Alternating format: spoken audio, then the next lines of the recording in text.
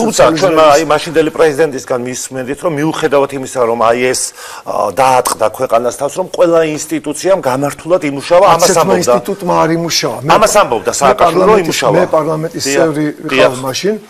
ჩვენ გვაქვს სპეც ტელეფონები ერთმანეთთან დასაკავშირებლად ვეკავდი პრეზიდენტთან და პრეზიდენტი კი არა აპარატში არავინ არ იყო სად იყვნენ სოროში პარლამენტის თავმჯდომარესთან პრემიერ-მინისტრი არავინ არ იყო მთავრობა არ იყო პარლამენტში მე შევედი მარტო და რატო შევედი პარლამენტში რომ როგორღაც იმიტომ მობილურები ან არიღებდნენ ან გათიშულები იყო ძირითადად გათიშული იყო საერთოდ არ იყო კონტაქტზე მობილურები პარლამენტში შევედი რომ ისკრით ახლა არ შეიძლება რამე ახალ ტელეფონები დადგეს მაშინ ანუ ეს ისკრა ქონდა ჩვენ და ეს კავშირი ქონდა ვფიქრობ იმას დავუკავშირდებით პრობლემას ვხედავ რაღაც პრობლემა იყო შექმნილი ქალაქში და ამასთან დაკავშირებით რომ მე მარტო ვერ ვწყვიტავდი ამ საკითხს ამიტომ ყველა გაქცეული იყო ეს მინდა გითხრათ და ძალიან საინტერესო რაღაც მინდა გითხრათ როგორც კი ესე იგი მივიღეთ ინფორმაცია რომ მოლაპარაკება შედგა და რუსებმა გააჩერეს თავისი წინსვლა მეორე დღეს სააკაშვილი გამოჩნდა კონტაქტზე და მოიწვია უშიშროების საბჭოს სხდომა ოღონდ რამდენადაც გასაკვირია არ უნდა იყოს ხო მე მიმიწვია მეც მიმიწვია მე არ ვიყავ უშიშროების საბჭოს წევრი ორჯერ ვარ ნაყოფი ასე დახურული სხდომა იყო რა თქმა უნდა რავი ლაპარაკეთ ახლა გესმით რომ ძალიან სენსიტიური თემები იყო მე იქ მოვისმინ ჯერ მე რომ მე მივხვდი რომ ჯერ მე რომ მომიწვია მე მივხვდი რომ სიგნალი ის რაღაც გადაწყვეტილებას ეძებდა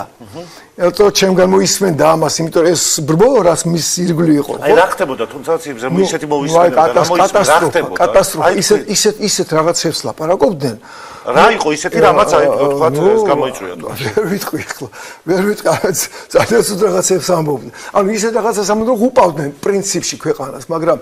ამას მე არ მგონია რომ ამას საგამოძიებო კომისიაზე მაინც კითხავენ თუ დაგიბარეს თუ დამიბარებენ საგამოძიებო კომისიას დახურულ რეჟიმში ვეთმარ დახურულ უშიშროების საბჭოს სხდომას როცა ესწრები წესია რომ ის მე ანუ რამე ანტისახელმწიფოებრივი რამე კეთდებოდა ამ სხდომაზე ნუ რა თქმა უნდა ანტისახელმწიფოებრივად მიმაჩნდა რასაც ესენი ამბობდნენ იქ ეს დაღუპავდა ქვეყანას თბილისი დაიბომბებოდა თბილისი დაიბომბა ეს რო გაკეთებული იყო თბილისი დაიბომბებოდა და რატომ არ წავიდნენ ამაზე აბაში რა მოხდა იცი რა მე მიშას რო ქვეყანა და თბილისი არ დადებდა ეს თქვენ ჩემზე უკეთესად იცით ხო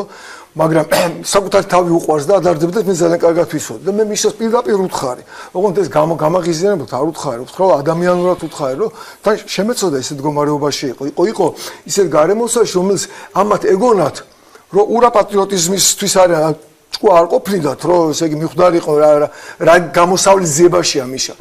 და მე უთხარი რომ შენ გაგისწორდებენ ანგარიშმეთქი ესენი მეთქი ეს ამათ არავინ არ გაახსენდება ესენი მეთქი და არავინ ამათ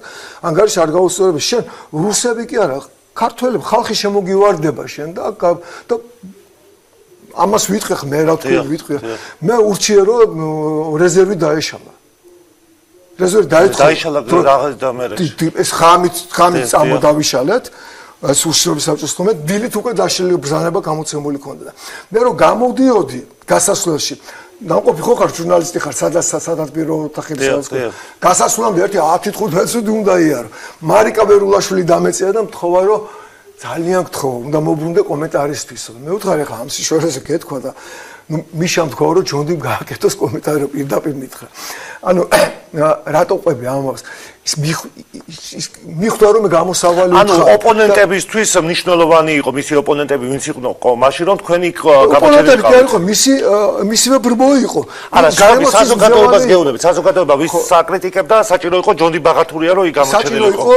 ის თქმული იყო რაც მე ვთქვი რომ ესე იგი არ გვინდა ახლა ეს რა ზელენსკი გააკეთეს ამ უნდა გავაკეთოთ თქო მაშინ ზელენსკი არის მაგის არსებობა არავინ არ იცოდა მაგრამ მე ამ ხარეს ამ პოზიციაზე ვიყავ